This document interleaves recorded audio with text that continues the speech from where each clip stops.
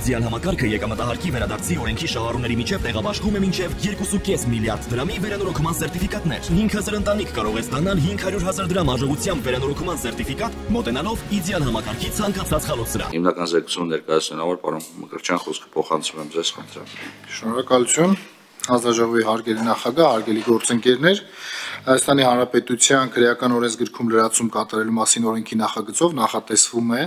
տրանսպորտային միջոցների բաղադրիչ մասերի, սարքերի եւ սարքավորումների գողությունը, իհարկե խոսքը վերաբերում է տրանսպորտային միջոցը դրսի կողմից կատարված դեպքերին, քանի որ այլ դեպքերը արդեն իսկ նախատեսված է երրորդ մասով, երբ որ կողպեկի կամ ահազանգման համակարգերի վնասմամբ կատարվում են այդպիսի գողությունները, դիտարկել որպես գողության հանցակազմի երկրորդ մաս, որի պարագայում այն կդիտարկվի որպես միջին ծանրության հանցանք, ոչ մեծ ծանրության հանցանքի փոխարեն։ Եվ օրենքի նախագիծն ընդունվելուց հետո հանցանք կատարած անձը կպատժվի տուգանքով 20 ցիսնապատիկի չափով կամ հանրային աշխատանքով 150-ից 270 ժամ տևողությամբ կամ ազատության սահմանափակման 1-ից 3 տարի ժամկետով կամ կարճաժամկետ ազատազրկման 1-ից 2 ամիս ժամկետով կամ ազատազրկման 2-ից 5 տարի ժամկետով։ Միաժամանակ օրենքի նախագծի ընդունումից հետո դատական պրակտիկայում առավել մեծ հնարավորություններ կստեղծվեն նշված հանցատեսակի քննության ընթացքում նոր հանցագործություններ կատարելը կանխելու նպատակով կալանավորումը որպես խափանման միջոց կիրառելու համար։ Ընդհանուր պարոն Վարդանյան, այս նաև վիճակագրություն ենք վերհանել այս իմաստով, ես կուզենայի դրանք վկայակոչել։ Վերջին 5 տարիների մասնավորապես նշեմ, որ գողությունները ընդհանուր հանցագործությունների հանցակազմում կազմել են 36, 37 եւ սենց դեպի 24 թիվ գալով դրանք նվազել են մինչև 15.9%։ Այդուհանդերձ տրանսպորտային միջոցներից կատարված գողությունների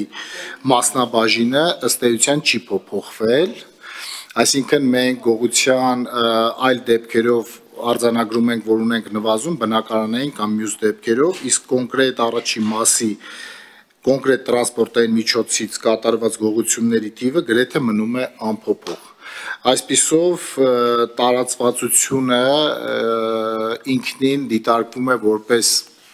ծանրացնող հանգամանք եւ մեր դիտարկմամբ տրանսպորտային միջոցներից կատարված գողությունները այլևս չեն տեղավորվում տվյալ հանցակազմի ուրեմն առաջին մասում։ Նշեմ, որ մենք նաև հանել ենք դատական պրակտիկան այս ընթացքում եւ բոլոր այն դեպքերում, երբ մենք ունենում ենք նշված արարքները, ըստ էության, եթե դրանք համակցված չեն այլ հանցագործությունների հետ կամ ծանր մաս չունեն իրենց մեջ, պարունակող, դրանց մասով մենք չենք ունենում խափանման միջոցներ եւ դրվագները շատանում են, այսինքն նույն մարդը, որը որ կատարել է այդպիսի հանցագործություն, մեր կողմից հայտնի ալնում այդ մարդը, մենք հայտնաբերում ենք այդ մարդուն, ձերբակալում ենք այդ մարդուն, հետո այդ մարդը դուրս է գալի եւ շարունակում է բազմադրվակ այդպիսի հանցագործություններ անել, այդ ընդհանուր 30 եւ 30-ից ավել դրվագներ ենք ունենում, վերլուծությունները ինձ մոտ կան, կխնդրեմ կողմ քվեարկել եւ դրական եզրակացություն տալ, շնորհակալ եմ։